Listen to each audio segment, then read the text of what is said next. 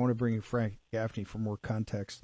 We're going to come right back to you. Frank, I know your blood's boiling because you of all the specialists in radical jihad, which you've kind of dedicated the last 30 years of your life on, I know your blood has to be boiling when we played that cold open of all the lies and misrepresentations were told to the American people, but particularly now, as Jason says, it's obvious the CIA knew about the groups they were monitoring. The military was briefed not to really play hardball at those gates. And what we have 13 dead Marines, American heroes that died in that massacre. Frank Gaffney.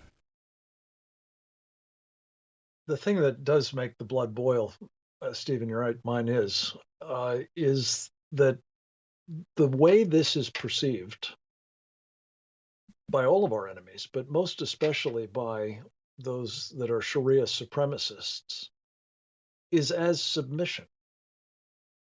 Whether it's the lies of the president, or whether it is the complicity of our intelligence agencies, or whether it is the extent to which, in the aftermath of the kind of horrors that you've just chronicled, we left $83 billion of military equipment, very advanced military equipment, a lot of it, behind, and that we're now contemplating apparently giving them billions of dollars more.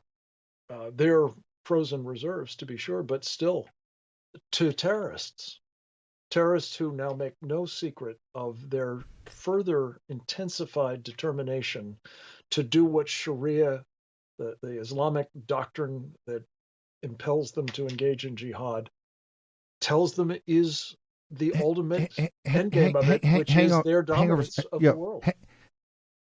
That's what I want to. This, because people say this shows incompetence, this shows weakness, this shows, all sorts of things about how they extracted, how they did this extraction under fire.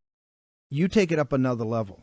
You say for the supremacists, the Sharia supremacists, it shows you that we're actually not just weak, but prepared to submit to their order, which is essentially what happened on this extraction. Am I stating that correctly?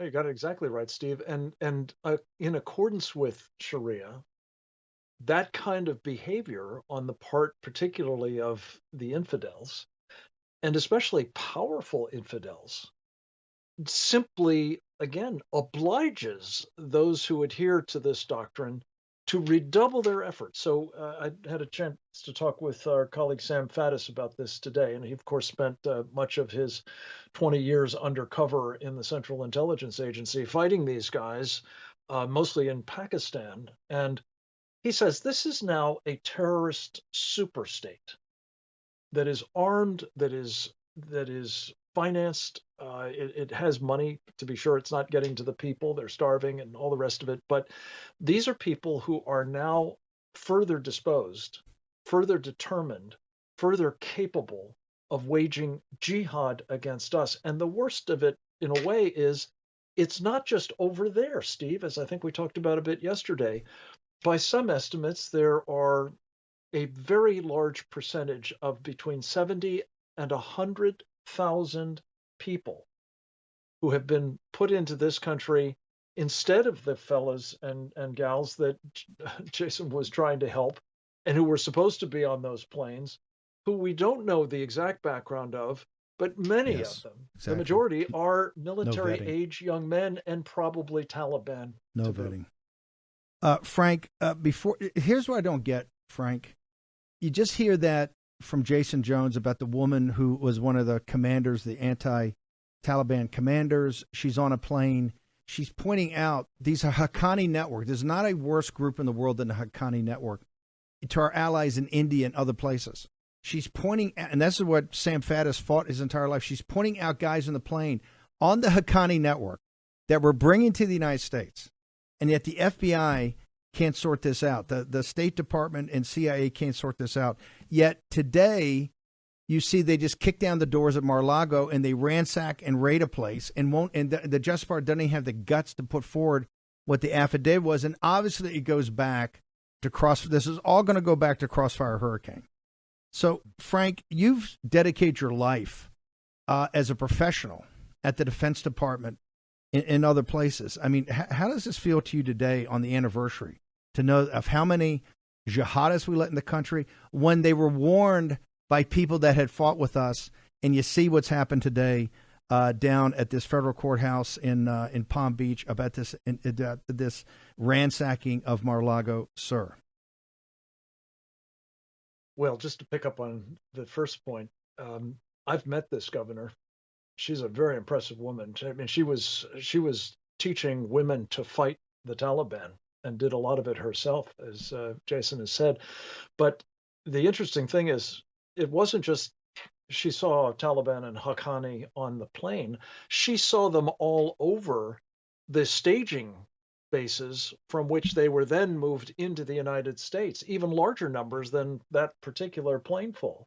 She is terrified that these people are here and are going to do exactly what they told her they were going to do, which is wage jihad.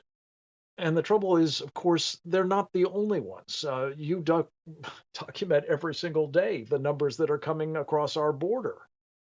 Again, people, we have no idea who they are, but we have reason to believe, especially that huge cohort of military age unaccompanied men are coming here to do us harm. And you ask about the FBI, Steve, before we get to Mar-a-Lago.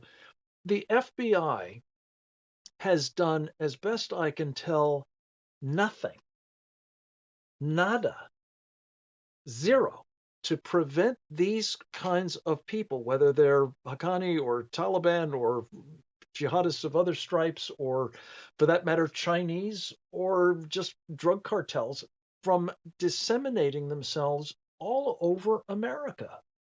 Now, at some point, somebody's going to tell them to light this place up. And we have no idea. Remember what 19 people did. 19 Sharia supremacists did on 9/11. We're talking about tens of thousands of people, maybe more, maybe considerably more. What could they do to our country from within, to say nothing from without?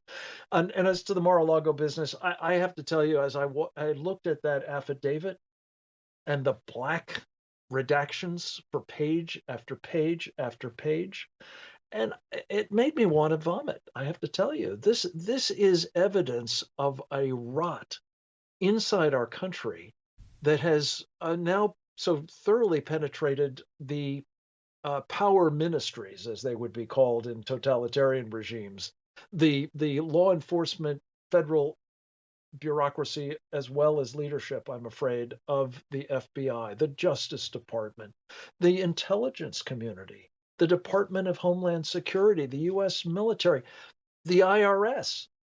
I mean, look, we are in perilous straits, and the evidence is just going to continue to accumulate. I pray to God we have a chance to change the trajectory of this country this coming election. But I'm not sanguine. I must tell you that there will be an election, given what these guys are doing and the lengths to which they're going to suppress us and to keep their trajectory of fundamentally transforming this country into something unrecognizable and horrifying to people who love our Constitution and their freedoms. Frank, can you give your coordinates right now? We're going to do a special. We go out. We're going to do a special homage to the 13 heroes. How do people track you down for your shows and your writings? We've got several.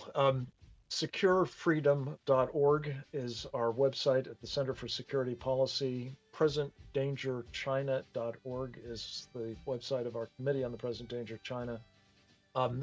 ccpatwar.com is a really important one as well for our book about the biological warfare attack against our country by the Chinese Communist Party. And SecuringAmerica.tv is the one we use for this program.